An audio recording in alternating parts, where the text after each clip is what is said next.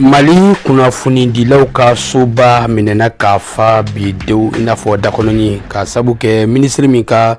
baara ɲɛsinnen bɛ kunnafoniko ma Mali jamana kɔnɔ ale ni kunnafonidilaw tun karilen bɛ ɲɔgɔn na bi kunnafonidi kɛnɛ dɔ senfɛ o de ye an donkan ye bi bakuruba kunnafoniw na dɔwɛrɛ na da minnu ka k'olu kɔnɔ kuma lase aw ma an b'a fɔ a ɲɛna ko aw bisimila.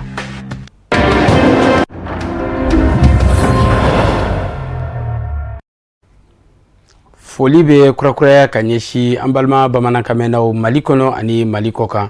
ni waati in b'a sɔrɔ aw minnu matarafalen don jabaraniw kɔrɔ yaasa a bɛ se ka faamuyali sɔrɔ TV seri 2 bamanankan kunnafoniw na minnu bɛ tali kɛ Mali kunkanko kibɛrɛw ani diɲɛ fan wɛrɛ taw la an b'a jira u la k'a fɔ ko nin y'a kuma selen i n'a fɔ bakuruba kunnafoni na an y'aw lasɔmi k'a fɔ fɛn min ye Mali kunnafonidilaw ka soba ka bɛn tɛnɛn mɛ kalo tile 11 saba 2 ani 26 ma a minɛna k'a fa denw kunnafonidilaw u ni minisiri tun karilen bɛ ɲɔgɔn na ka sanga ni kunnafonidi kɛnɛba o sigilen baara kofɔlen a ye kunnafonidila ɲɛmaw ka bɔ kunnafonidilaw ka jɛrɛjɛkulu caman na minnu bɛɛ lajɛlen yera kɛnɛ kan yaasa u ye se ka hakili jagabɔ kɛ baara minnu kidara ka ɲɛsin an ka jamana ma jatigɛwale kɛbaw fɛ n'a kɛra avril kalo 25 san 2026 n'a ye dankari kɛ an ka finitigilakaw caman na o hukumu kɔnɔna na kunnafonidilaw u ni minisiri u da sera fɛn caman ma minnu bɛ tali kɛ Mali a ka ja fo ka se farafinna cɛncɛn kan jamana saba n'o ye Confédération des États du Sahel bakurubala AES kɔrɔfɔw bolila olu bɛɛ lajɛlen kan kunnafonidilaw u ni kunnafoni baara in ni a kɛbaga tun ye minisiri min ka baara ɲɛsinnen bɛ kunnafoniko ma u ye kɔrɔfɔw sarada u ni ɲɔgɔn cɛ yaasa bɛn ani kelenya ani kunnafonidilaw jɔyɔrɔ min b'u la u ye se ka ɲɛfɔli kɛ o la yaasa an ka se ka fɛn caman faamuya ni baara ninnu tɔ bɛɛ lajɛlen na an ka ciden min tun bɛ o ye Dramani Male minisiri n'a ka tɔw ye laseli min kɛ an ka jɛ k'a ɲɛmadɔw fɛ. Depuis que Mali ni AES jamana Burkina ni Niger an y'an yɛrɛ ta k'a fɔ k'an t'an yɛrɛ ɲɔngiri mɔgɔ si donc ko caman o bɛ jamana caman ani mɔgɔ caman ka nafaw bali parce que mɔgɔ dɔw bɛ olu bɛ bali bolo o de la olu ka nafa b'o de la ka jamana tɔ exploiter o hukumu kɔnɔ Mali y'a ta ka dɔ a ka dugu jukɔrɔfɛnw ka caman fara a ni yɔrɔ kan olu la parce que dugu jukɔrɔfɛnw tun bɛ bɔ Mali yɛrɛ tun tɛ foyi sɔrɔ a la donc an ye o décision ta Mali ye décision fana ta k'a yɛrɛ lakana k'ani ani jamanaw min bɛ baara kɛ k'olu fana choisi parce que jamanaw min tun bɛ yan an tun b'u sugandi o tun b'anw kunna yan de n'u ko k'an ka taa yɔrɔ min na an bɛ taa yen n'u ko k'an ka kɛlɛkɛnin min sɔrɔ an b'o sɔrɔ n'u ko k'an tɛ min sɔrɔ an b'a ko fana sɔrɔ hali ni wari b'an bolo k'a san tɛ se donc an y'an fori ka bɔ o de la an bɛ k'o de juru sara tan jamanakuntigi yɛrɛ y'a fɔ ko nin kɛlɛ a mɛnna a y'a fɔ ko nin kɛlɛ an b'a kɛ dɛ an b'o kɛlɛ de la tan parce que n'i ko k'i b'i yɛrɛ ta mɔgɔ min t'a fɛ k'i yɛrɛ ta a bɛ kɛlɛ dɛ o kɛlɛ de bɛ sen na bon o kɛlɛ sugu ninnu comme fɔlɔ-fɔlɔ o tun bɛ na o yɛrɛ tun bɛ na ka kɛlɛ kɛ ka farafinna mara sisan o t'o kɛ bilen u bɛ farafinw ni mɔgɔ dɔ de sɔrɔ olu bila baara la u bɛ dɔw kɛ jihadiste ye ka dɔw kɛ opposant ye ka dɔw kɛ rebelle ye donc olu de bɛ na ni u ka préoccupation ye bon mɔgɔw bɛ ka fili kosɛbɛ mɔgɔw b'a fɛ ka ko dɔw ɲagami min tɛ se ka kɛ ɲɔgɔn fɛ parce que a bɛ dɔw kɔnɔ ko i ni mɔgɔ sugu dɔ bɛ jɛ ka démocratie sigi Mali la k'a sɔrɔ olu yɛrɛ tɛ démocratie yɛrɛ fɛ kosɛbɛ olu yɛrɛ démocratie yɛrɛ t'olu ka ko la bon o ye mɔgɔw kɔnɔ gan kosɛbɛ bon n b'a fɛ ka min fɔ aw ye ka perepere latigɛ k'a fɔ ko jamana ɲɛmɔgɔ ani premier ministre ani gouvernement bɛɛ jɔlen don pour que ka stabilité lase mɔgɔ ma min kɛra a banna donc jamana gouvernement ye décision bɛɛ ta armée ye disposition bɛɛ ta pour que ka jamana lakana ka aw lakana k'a fɔ aw ka aw k'aw kɔlɔsi mais aw ka baara kɛ ka ɲɛ aw kana siran aw kana hami a y'aw kɔlɔsi parce que ni jugu ka jugu ni jugu sugu bɛɛ ye jugu min b'i yɛrɛ ka du kɔnɔ o ka jugu n'a bɛɛ ye parce que i t'ale dɔn a tɛ ko ninnu bɛ se jamana la dɛ mais jamana t'o dɔn de parce que sufɛ dɔw ye tile fɛ dɔw ye saga ye sufɛ o bɛ kɛ wara ye donc o de y'a ko gɛlɛya donc ni jugu ka jugu ni fɛn bɛɛ ye jugu min b'i yɛrɛ sen kɔrɔ o de ka jugu ni fɛn bɛɛ ye nin jugu sugu ninnu bɛ an yɛrɛ sen kɔrɔ yan donc il faut que aw ka jate minɛ aw ka kɔlɔsi mais aw kana siran parce que armée décision armée ni force de défense et de sécurité décision bɛɛ ta gouvernement ka yamaruya tɔgɔ la ani président de la transition ka yamaruya la pour que ka jamana lakana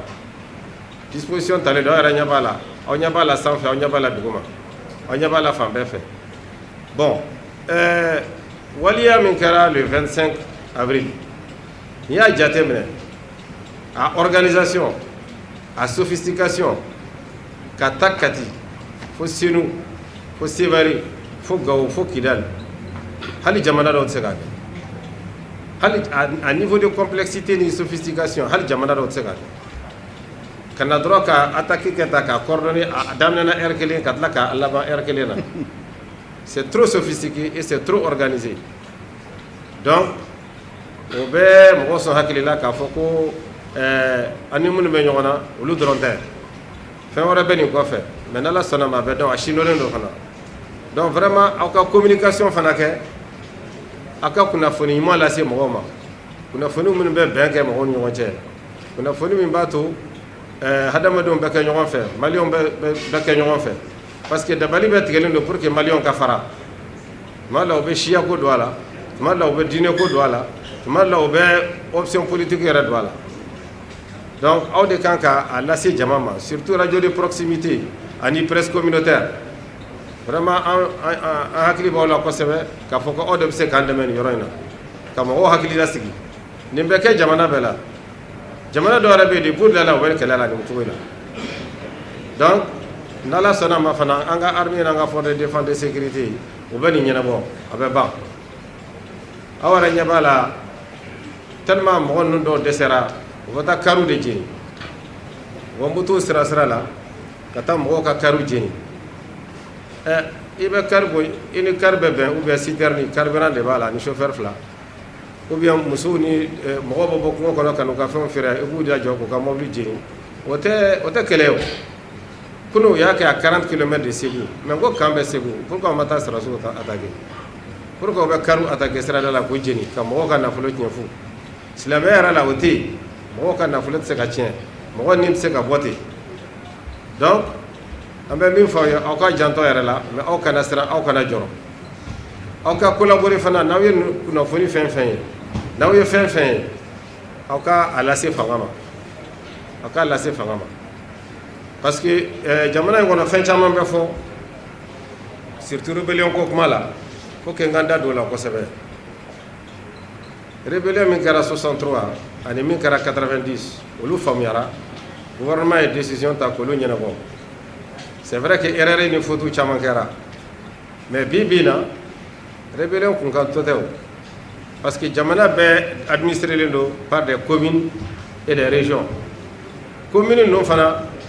fangasigi tɛ yen dɛ conseil des municipaux minnu bɛ yen ils sont élus par les populations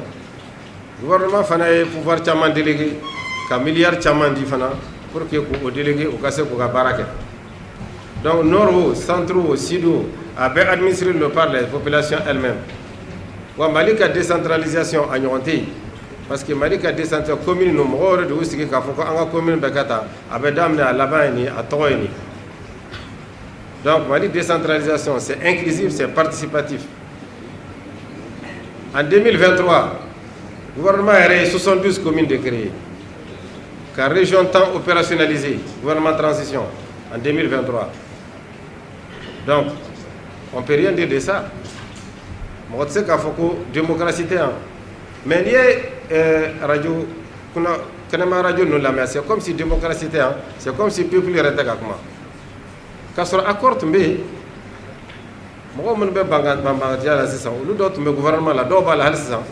u bɛ armée fana na minnu sɔnna ka na u bɛ armée la u bɛ yan a dɔw ye officier bɛ min fɔ aw ye communication fana jɔyɔrɔ ka bon kosɛbɛ parce que kɛlɛ min bɛ ka kɛ ni mugu ni kisɛ o kɛlɛ de bɛ ka kɛ ni communication fana ye donc olu ka porte-parole olu ka communicant olu b'a la aw fana b'a la mais a da kana t'aw la dɛ.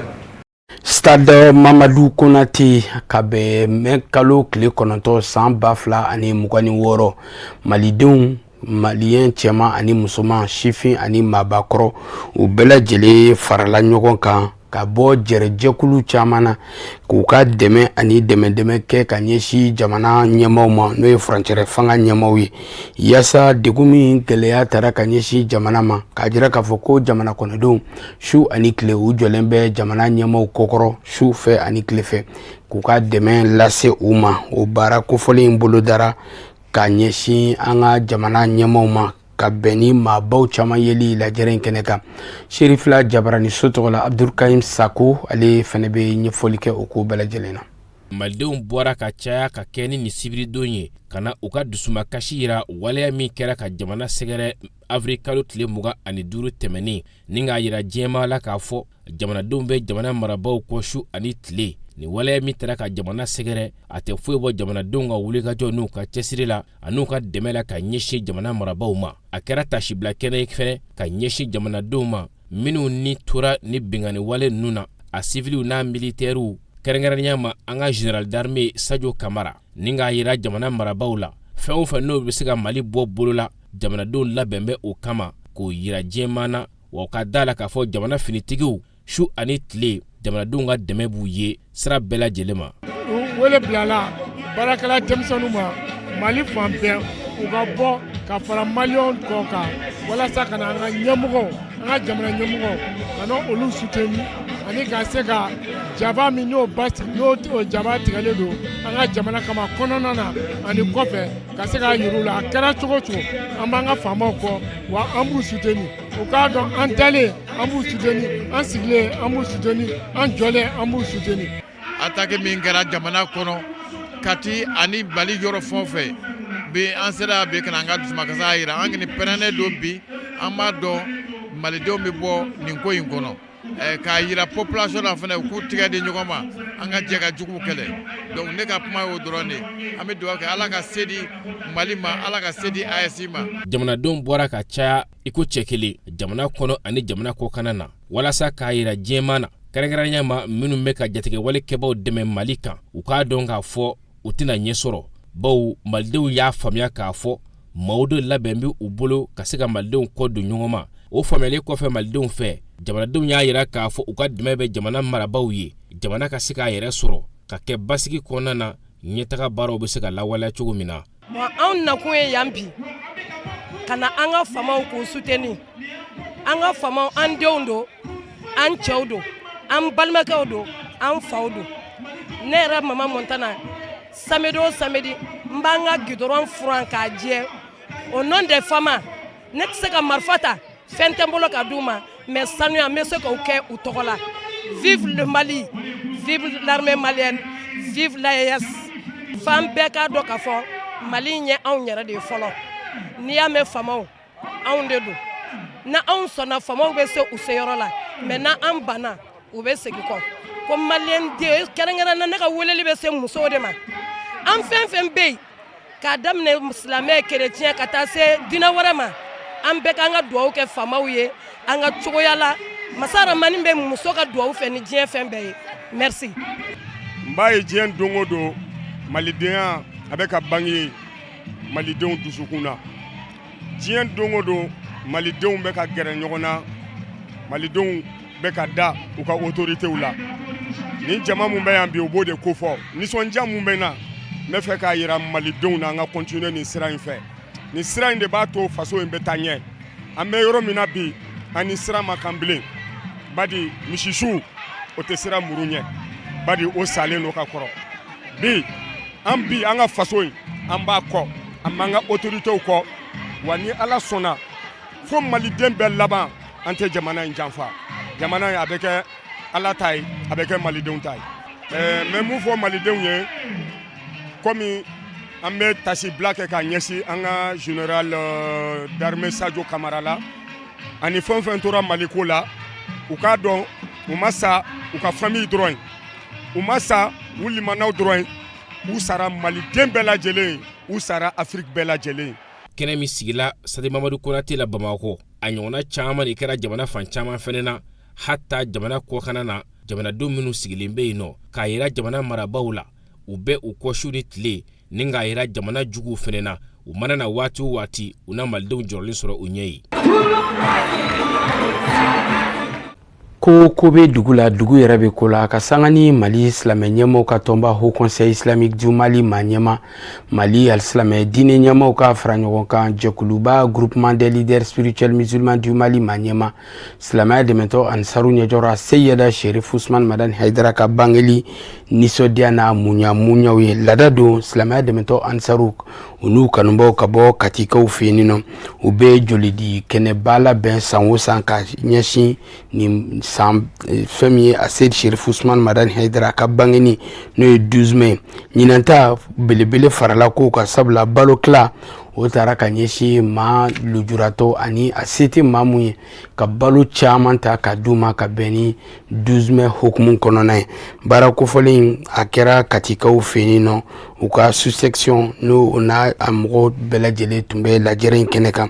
yasa u ye se ka u ka nisɔndiya yira ka sanga ni Seyid Sherif Ousmane Madani Haidara bangeni Sherif la jabaraniso tɔgɔ la Samba Traoré ale tun bɛ yen nɔ a bɛ lakali Fatumata Yaya Kane fɛ. San 71 k'o bɛɛ di Ala ma a ka diinɛ carini ni a laseliko ɲuman na hakaja n'a y'i ja a fɔ zamzamiw y'a ka ɲɛnamaya bɛɛ lajɛlen di Ala ma i n'a fɔ wolofa ɲuman in y'a kalifa cogoya min na a yɛrɛ ye sira in kɔrɔsiyɛn ni diɲɛ bɛɛ lajɛlen bɛ k'a tɔnɔbɔ bi nin cɛba in min y'a ka ɲɛnamaya bɛɛ lajɛlen di Ala ma ani buna adamadenw bɛɛ lajɛlen ka lafiyaw sɔrɔ a ka baloli ma kɛ fɛn gansan ye o de y'a kɛ ani ɲɛnamayali ka kan ni maa min dan bɛ Ala ni alakira ko la k'i dan bɛ maa ɲuman ko la Seyid Sherif Ousmane Madani Haidara a ka diɲɛnabɔ sugandira an daba ma fɛ ka bɛn don kelen min ma 12 mai 1955 waati ka bɛn o ma donba don hali ni ma kɛ don in yɛrɛ tigi fɛ i kan k'i miiri a ka nɔbaw la o n'a to i k'a ɲɛnamaya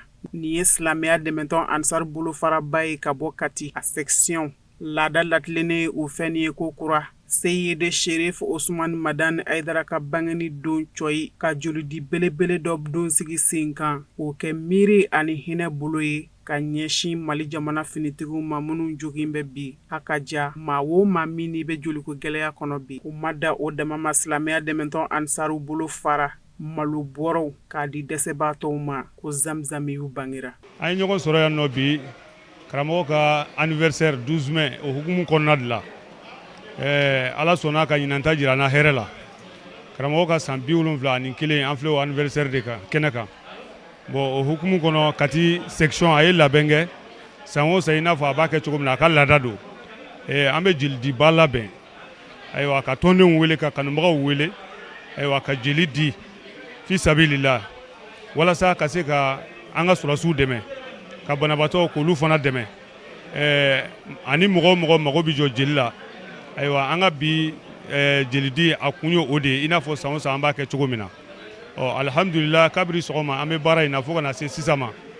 an ye wele bila mɔgɔw bɔra ayiwa mɔgɔw fari fonina ka na jelidi kɔfɛ ayiwa an ye dɔn fana di n'o ye ka balo ta k'a di mɔgɔw ma mɔgɔ minnu mago b'a la ayiwa waati ka gɛlɛn mɔgɔ minnu ma Ala sɔnna an se kɛra malobɔrɔ hakɛ min ye an ye o fana kɛ ayiwa nisɔndiya fɛn ye ka ɲɛsin olu ma karamɔgɔ ka 12 mai fɛn min don a man ka kɛ ten ka tɛmɛ mɔgɔw ka ten i seko ye min ye ayiwa i k'o kɛ o de cɛ ka ɲi Mali jamana bɛ lahala min na i n'a fɔ an bɛ donni min na i ko bi fɛn dogolen tɛ jamanaden ɲuman si ma o de y'a kɛ 12 mai 2026 a laɲinina a ka ɲɛnamaya nin n'a ɲɔgɔnnaw siraw kan silamɛya dɛmɛtɔn Ansaru mana kɛ diɲɛ fan o fan u bɛ nin don in ɲɛnamaya ɲinanta a bɛ kɛ nin bolo in n'a ɲɔgɔnnaw kan Ansar ɲɛmaya so Kati u ye tɔmi sigi o yɔrɔ k'a ka waleɲuman dɔn Basande Bani ye Kati ta ɲinana bolofaba a kan bɛɛ bɛ jamana lahalaya kalama ka kɛ ni gɛlɛya minnu ye jamana sɔrɔ a kɛrɛnkɛrɛnnenya Kati ya fo ka taa se an ka mɔgɔba dɔw ni toli a la n'o y'an ka général ye Ala sɔnna section y'a kanu ɲinanta in ka ɲinɛ joli di ka bila sɔrɔsiw dɛmɛli hukumu kɔnɔna la sɔrɔsi minnu banana ani ka taa se civil minnu banana gɛlɛya in kɔnɔna na an y'a kanu ka ɲinɛ joli di bila olu ka dɛmɛ hukumu kɔnɔna la wa Ala sɔnna bi an filɛ o de kɛnɛ kan ala e yɛrɛ y'a sisan joli di fana kɔnɔna la sisan an bɔra ka cadeau di malo caman dila dɛsɛbagatɔw ma ka se k'u dɛmɛ o kɛ dugawu bɛ an karamɔgɔ ye an filɛ o de kɛnɛ kan ni ala sɔnna ɲinɛta kɛnɛ kan wala an bɛ dugawu de kɛ san caman bɛ ala bolo ala k'o jira an na joli minnu dila mɔgɔ mɔgɔ y'a di yarabi ala kana nimisa kɔfɛ dɛmɛ minnu fana kɛla yarabi ala ka kɛ dalu y'an bolo lahala an karamɔgɔ yɛrɛ sijani kɛnɛ laban ɲuman ala k'o di a ma ni ko nisɔndiya baatɔ ma k'a ka tasuma fifa n'a nunji ma fa a daji n'a fa kati hôpital cakɛlaw wali ɲuman dɔn kɛra ka ɲɛsi silamɛya dɛmɛtɔ ansaruw ma kati ni hakilina in foli ye kosɛbɛ ka daa kan u ko u mako tun bɛ nin na jango kɛrɛnkɛrɛnnenya na katikaw ala ka lajarabi min bɔra k'an bɛɛ lajɛlen sɔrɔ min ni o kɛra kati avril kalo tɛmɛnen kati hôpital baarakɛlaw ko ansaruw nu ci joli bɛ comme adamadenya la comme essence bɛ cogo min mobili la bolimafɛn na ni essence t'a la moteur mana ɲa cogo cogo a tɛ se ka taga donc mɔgɔ min minnu jeli di u k'a bila u hakili la k'a fɔ u bɛ ka niw de kanda u bɛ ka niw de sauver a kɛra kɛlɛ sababu ye o a kɛra bana ye joli dɛsɛ bila i la o a kɛra dialyse de kan ka k'i la o a kɛra i jiginna joli bɔn bɔnna i kan o joli fɛn fɛn dira tantɔ a bɛ kɛ k'o banabagatɔw de furakɛ donc a tɛ k'a fɔ ko blessé de guerre dɔrɔn ta don mais an mago bɛ joli la yɛrɛ de donc ka ansardine mɔgɔw fo ka jamaw fo jama bɔra yɛrɛ de alhamdulilayi k'aw fo k'aw barikada ka dugawu kɛ fɛnɛ ala ka sijan ani kɛnɛya ani labanko ɲuman di sherifu ma sherifu a n'a denw ani malidenw bɛɛ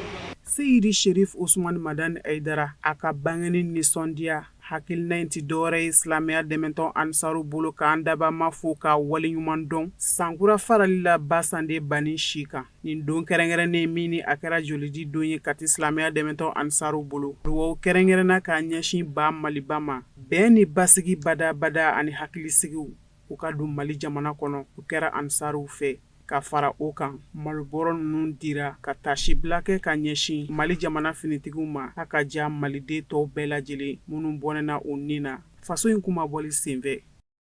magankaw fenino ka sangani iji samba fla ani mugwa ani wore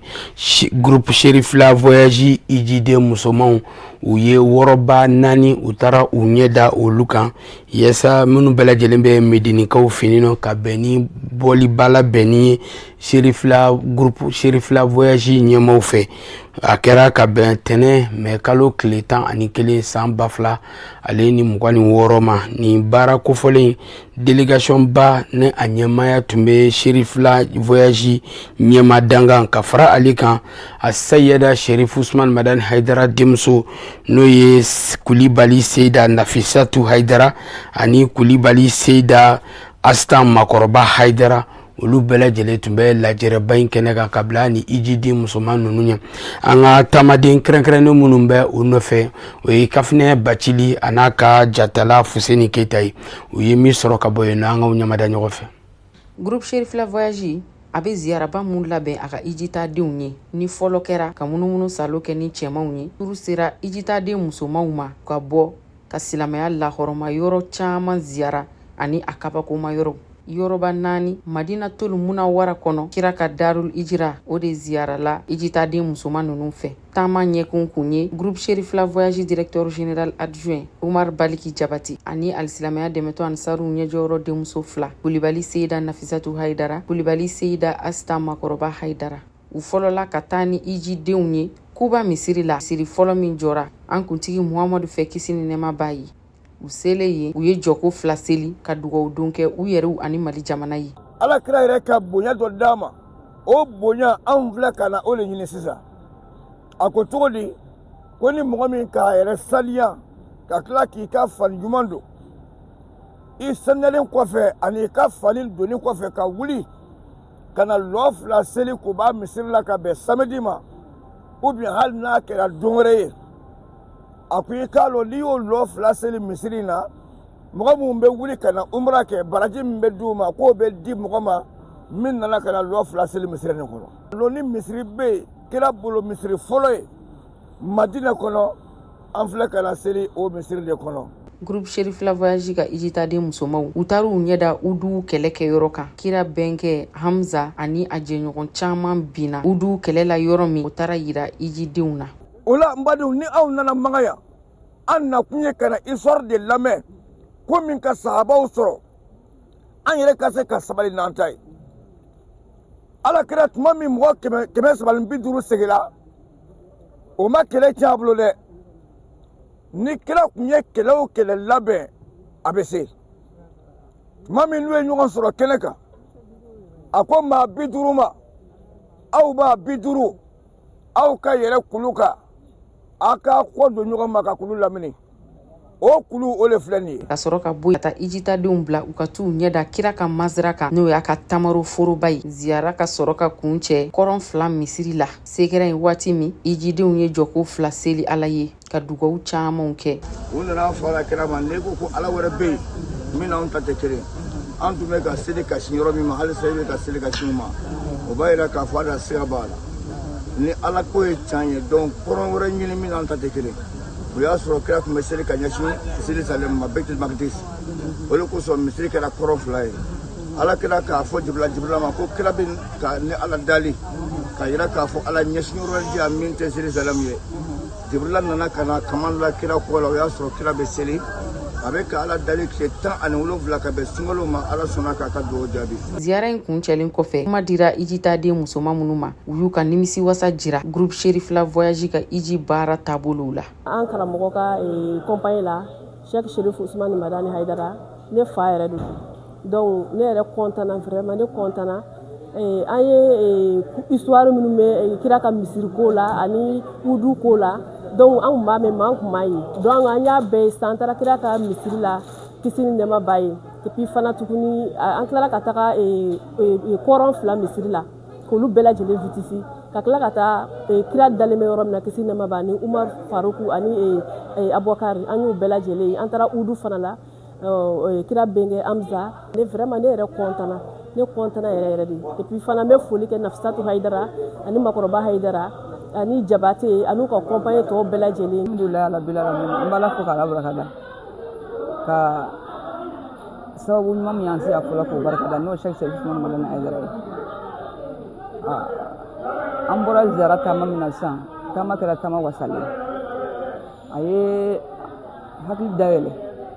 a ye limaniyaw d'an ma a ye fɛn caman jigin an kɔnɔ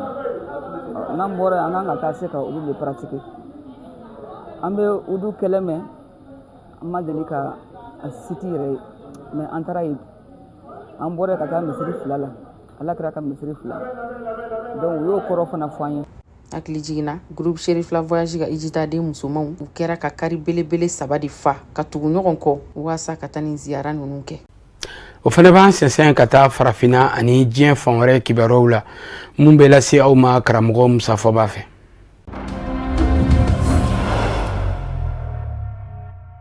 Ameriki jamana kɛlɛcɛ filaw minnu ninnu bɛ Maroku cɛcɛ ka sabu kɛ Ameriki jamana kɛlɛcɛw ni diɲɛ jamana wɛrɛw kɛlɛcɛw fara mɛ ɲɔgɔn kan ko u bɛ k'u fari bɔ ɲɔgɔn na san o san ko in bɛ kɛ dɔnda ka wuriya kɛnɛ don min bɛ sigi sen kan Ameriki jamana ɲɛmaaw fɛ u ni u jɛɲɔgɔn jamanaw cɛ ɲinanda bɛ ka kɛ Maroku yanfan de fɛ Maroku cɛcɛ ka kɛrɛnkɛrɛnnen ɲɛna a curanjuranin dɔgɔ dan bɛ Ameriki jamana ma ɲɛmaaw fɛ ko African Lion 2026 o kɔrɔ ye farafina waraba 2026 o munumunu zalo minnu bɛ kɛ kɛlɛcɛw fɛ Ameriki jamana kɛlɛcɛ filaden balala ka tunu o kun bɛ yala de la pankuru la sa ni dɔ porokotora ka jigi wa wale kelen u y'u fili ka jigi n'u ka funubaranin dulonda in de ye min b'u lajigi dɔdɔɔni fɔ k'u jigi yɔrɔ la sɔrɔ n'o ye parachute ye o de do sa wa maa fila ninnu kɔni dununa u kun bɛ ka ɲini kabini sibiri tɛmɛnen kelen su yera Ameriki jamana surasiya ɲɛmaayaso ni Maroko surasiya ɲɛmaayaso ka fɔ la Maroko ko a je yanfanw fɛ Ameriki jamana surasiya ɲɛmaa dɔ ye a jira a kɔni ma sɔn a tɔgɔ ka fɔ Faransi jamana kunnafonidiso Agence France Presse AFP maaw ye dimanche k'a na kɛ ɲankuma maa in jigin dɔ taara bɛn ni kwaji de ye n'a jiginnen kwaji rɔ a ma se k'i yɛrɛ bɔ bilen ko maa bɛ se ka kɛ baara kɔnɔ farati dɔ ye n'o ye kasara ye u ko ma ko accident n'o tɛ k'a fɔ ko minnu kɛn bɛ ka silamɛya diinɛ berefini biri u yɛrɛ kan k'olu dɔw de kun kɛra minɛbaa ye ko o man ka fɔ maa fɛ bilen kelen min su yera a bilala ka taa Maroko surasiya lapitaninzo la yanni don nataw la a ka lase a somɔgɔw ma Ameriki jamana kɔnɔ tɔ kelen fɛnɛ bɛ ka ɲini o ma ye fɔlɔ ɲinini kɔni sɛbɛ kɔrɔ bonya mɛ jango tɔ kelen fɛnɛ bɛ se ka ye cogo min an b'aw ladɔnniya k'a fɔ Maroku jamana jɛ min bɛ ani Ameriki jamana cɛ jɛkulu gwɛlɛn do bi ka sabu kɛ Amerika jamana ɲɛma Donald Trump kabini a ka manda fɔlɔ Amerika jamana kunna marako jamana sɔnna a bolo ka jɛ kɛ ni Yahudiya jamana Bani Israɛla ye n'a sɔnna o ma Amerika jamana fɛnɛ bɛ kɛ a teri jamana ye. Donald Trump Amerika jamana ɲɛma a kɛn bɛ ka bɛnkan min dilan n'o ye arabula jamanaw minnu ɲugun bɛ Yahudiya jamana Bani Israɛla la n'u ban bɛ a fɛ diɲɛ mɔ. Donald Trump y'o bɛnkan tɔgɔ da ko les accords Abraham. O kɔrɔ ye Nabila Ibrahima bɔnaw ni ɲɔgɔn cɛ bɛnkan. Bawo Yahudiyaw Arabu nin bɛɛ lajɛlen bɔla Nabila Ibrahima de la. Yahudiyaw bɔkoloko ta fan fɛ olu b'u yɛrɛ ye Nabila Shaka la. Arabu bɔkoloko ta fan fɛ olu b'u yɛrɛ ye Nabila Sumaila la. N'a ma ɲɛ k'olu fɔ bɛ ɲɔgɔn kɔ bi Donald Trump ye bɛnkan tɔgɔ da ko les accords Abraham. Arabula jamana caman gɛn bɛ ka tɛgɛnɔbila kɛ a la ni ka bɛn don i ni Yahudiya jamana Bani Israɛla cɛ. Marako jamana bɛ o rɔ. O de y'a to Amerika jamana ni Maroko cɛ a sɛbɛkɔrɔjan bɛ bi. Nin vari bɔ ɲɔgɔn na in Amerika jamana kɛlɛcɛw ni u jɛ ɲɔgɔn jamana 40 ni ɲɔgɔn cɛ diɲɛ ɲɛfɛ n'a bɛ ka kɛ Maroko cɛ kan. Kɛlɛcɛ 50 ɲɔgɔn na de bɛ a kɔnɔ. Ani surasiya ɲɛdɔma ŋanaw ka bɔ diɲɛ fan 4 bɛɛ lajɛlen.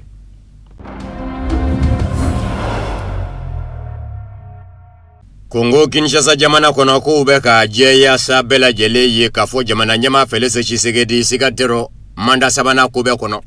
A dangɛnɛmaya bɛ a fɛ bi. A b'a fɛ ka yɛlɛma don jamana sariya sunba la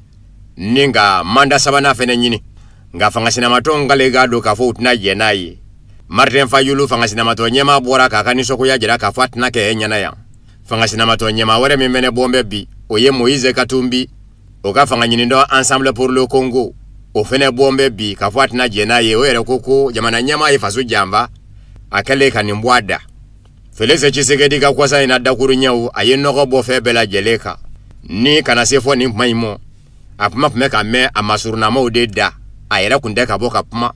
Nga masɔ min ne bɛ kɛ bɛ k'a jira k'a fɔ i sigi kun bɛ n'a ye kɛ ka sabu kɛ san 2024 kabini o kumaw jamana ɲɛmaa Félix Tshisekedi dayɛlɛ ka tugu ko fɔ yɛlɛma ka don jamana sariya sunba la ko bawo ko fiɲɛ caman de bɛ jamana sariya sunba kɔnɔ. A labanna ka jira k'a fɔ a ka kan jamana kiiri taabolo fɛnɛ ka yɛlɛma minɛnikɛ sariyaw ka yɛlɛma fiɲɛ bɛ olu fɛnɛ nɔ. Nga kabini o kuma masɔ min ne caman y'a jira k'a fɔ a barata maɲi m'a fɛ ka manda sabanan ko de ɲɛɲini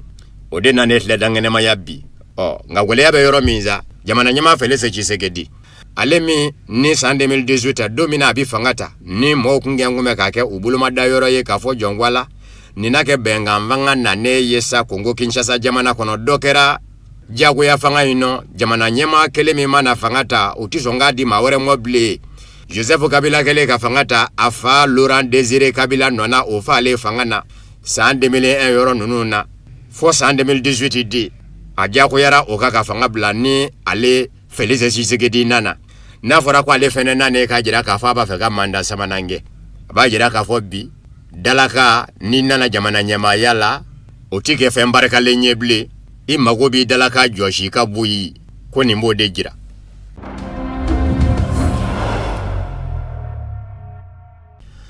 Irankaw ka minisiriso min ɲɛsin bɛ Iran ni jamana wɛrɛ ni ɲɔgɔn cɛ ko ɲɛnabɔw ma Ababu Sentigi Ismaila Bagayi ye a jira k'a fɔ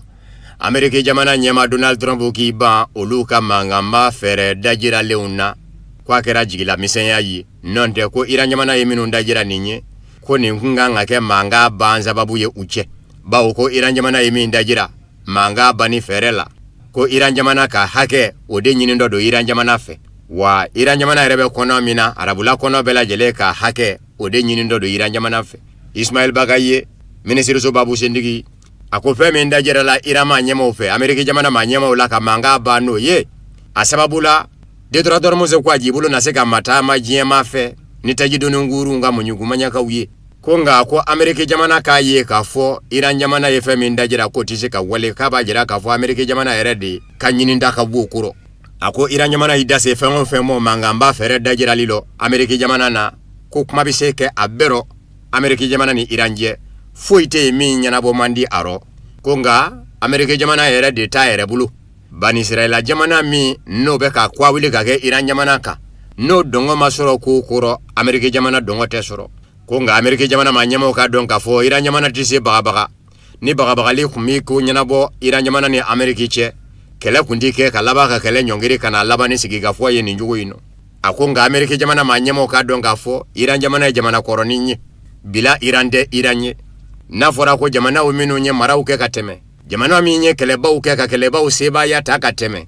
kabini la wale ko Iran jamana yo jamana doy ko ni nazara o nyineme ati fo Amerika jamana ye da fo nazara ude ye bawo nimike kuma mi asoro Amerika ti Iran jamana ye seba ya ta kele doro ani nazara uche ku nyina nake oko sambiduru ani sanzaba yani matigi Yesu ga banginiche Iran jamana domina bi wele ko Empire Perse odo nazara fanga do kumbi ko Empire Rome uye nyonzoro Empire Rome dale kundo ayerela no ye nazara fanga ama chaya anakeleke mina chaya konga ukele ka nyonzoro karase kelela ko Empire Perse ye ni oye Iran fanga ye akele bulu nyema komanda surina aye tako sabake Empire Rome ukele chawla no ye Legion Romaine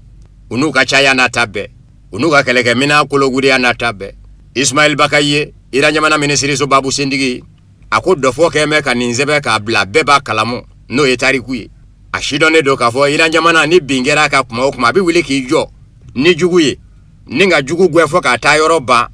konga o dofo ni mami yere la nyine oko no yo tarikuye ka ba jira ka fo itafe ka fendo nonde dofo kunde ye ikatashi ala mingeri la kunu onyona were mangi soro kibla adigu were kono ko dofo kunyo de konga kabina fo nazara uteko yoro nye wale kele ubeku kala la fili aroka fo utakalamo konga tesara Amerika jamana la kwa doni kama ko Amerika ti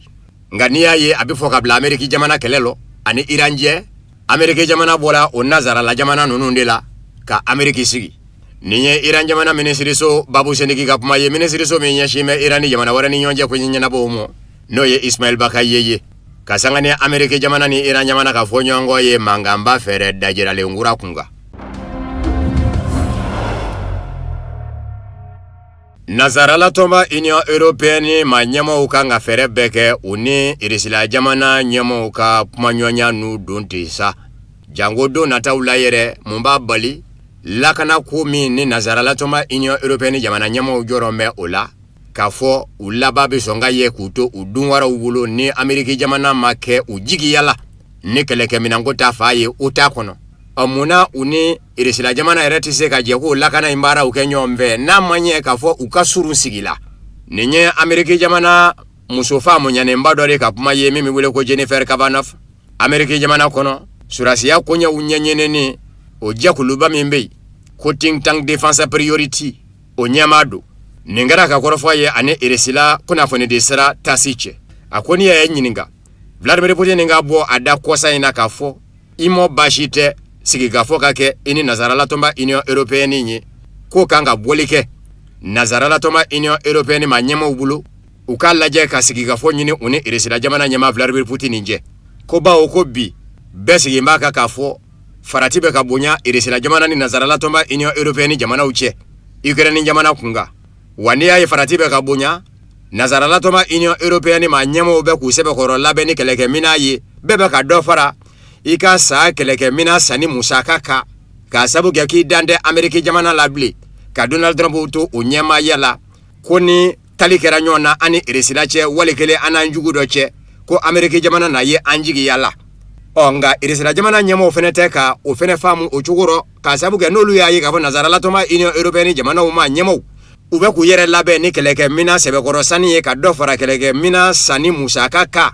irisila fene ba ye ka fo mbe faratila halibi ninzigi nyonjamana ucheno ye Nazara la tomba Union Européenne jamana uye ko kuma ka koto chukorosa Putin nga fo emo bashite ani Nazara la tomba Union Européenne ma nyemo ukasigi kwa kungaka Nazara la tomba Union Européenne ma nyemo ukalaje kasigi nyanyini uni irisila jamana nyema Vladimir Putin nje ba o meka lot le kono ndo temene irisila jamana nyema Vladimir Putin Ukraine jamana kunga aya yira ka fo ni Nazara la tomba Union Européenne ma nyemo sona sigiga fo moneye alabenedu musulaka inde ko mulekele ngamosa Nazara la tomba Union Européenne ma nyemo ta laje kasigi laje ko ngaba famu tie iminye Nazara la tomba Union Européenne ma nyemo yeru de fe ko te sigi yeni irisila jamana nyema Vladimir Putin nye ko abarata ukabobe udero koni uni irisila jamana nyema Vladimir Putin gara sigi fenye akachala alafe hali lakana ko min jorobe ula o ni irisala jamana bɛ se k'u tɛgɛ di ɲɔgɔn ma ka lakana sɛbɛkɔrɔ bonya nanzaralatɔma Union Européenne bɛɛ lajɛlen la ka sabu kɛ irisala jamana ni u ye sigiɲɔgɔnma ye ka ban gun kelen kan n'o ye Europe gun ye sebere de Vladimir Putin na kunnafonidila dɔ ye a ɲininka yala nanzaralatɔma Union Européenne ni cɛ bɛ cogo di yala ni u bɛ se sigi ka kuma wa Vladimir Putin y'a jira k'a fɔ a n'u bɛ se sigi ka kuma kɛ n'o tɛ ale yɛrɛ kun y'a jira k'a fɔ ni sigi ka fɔ ma ɲɛ kɛ ko a n'u cɛ a kun ye maa dɔ jira nanzaralatɔma Union Européenne kɔnɔ yɛrɛ ka ban min bɛ se ka kɛ surunalidonba ye u ni ɲɔgɔn cɛ Allemagne jamana minisiri ɲɛmaa kɔrɔ san 2000 ka na se fɔ san 2007 mɔ ale de kun ye minisiri ɲɛmaa ye Allemagne u k'a ma ko chancelier Gerhard Schröder k'ale yɛrɛ kun ko ni sigi ka fɔ ma ɲɛ kɛ ko u bɛ se ka surunalidonba ye nanzaralatɔma Union Européenne jamana ɲɛmaaw ni irisila jamana ɲɛmaa Vladimir Putin jɛ nka mɔgɔw bɛ taa bala min na Kaja Kallas ni o ye nanzaralatɔma Union Européenne kɔnɔ musolaka ye musolaka min ɲɛsin bɛ nanzaralatɔma Union Européenne ni diɲɛ fan wɛrɛ ni ɲɔgɔn cɛ ko ɲɛɲɛnabɔw ma ale y'i can k'i jɔ k'a jira k'a fɔ Allemagnekaw ka chancelier kɔrɔ minisiri ɲɛmaa kɔrɔ Gerhard Schröder o t'i kɛ nanzaralatɔma Union Européenne surunalidonba ye nanzaralatɔma Union Européenne ni irisila jamana ɲɛmaa Vladimir Putin cɛ.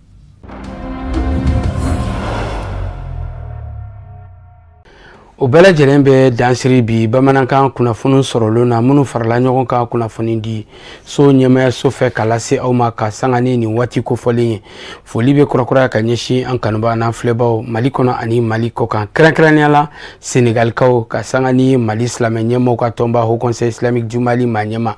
waati kunkurunin ni Ala sɔnna ma baaraw bɛɛ lajɛlen bɛna boloda Dakarikaw fɛ na 12 mai Ala ka san wɛrɛ ta Ala ko yira an bɛɛ lajɛlen kɛnɛma na an b'a fɔ bani ko a joyeux anniversaire ko Ala ka san caman yira an n'a kɛnɛma na aw k'an bɛn ni Ala sɔnna ma diɲɛ waati wɛrɛ.